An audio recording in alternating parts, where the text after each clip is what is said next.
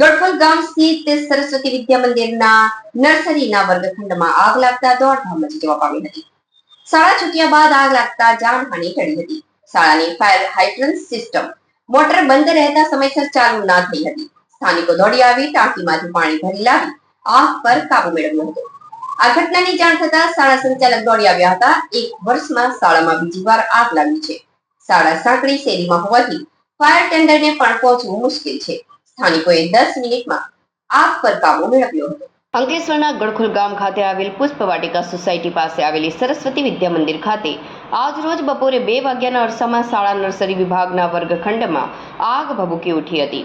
વર્ગખંડની અંદરના ભાગે આવેલ રેકોર્ડ સહિત સરસામાનને લઈ આગે મોટું સ્વરૂપ પકડી લીધું હતું.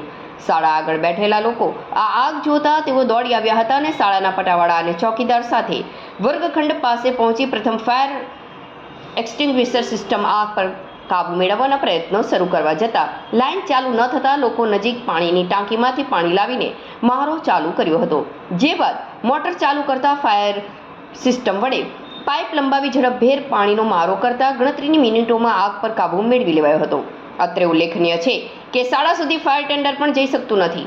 અગાઉ 1 વર્ષ પહેલા લાગેલી આગમાં પણ આ જ સ્થિતિ જોવા મળી હતી. સદનસીબે બંને સમયે શાળા બંધ થયા બાદ આગ લાગતા જાનહાનિ ટળી છે.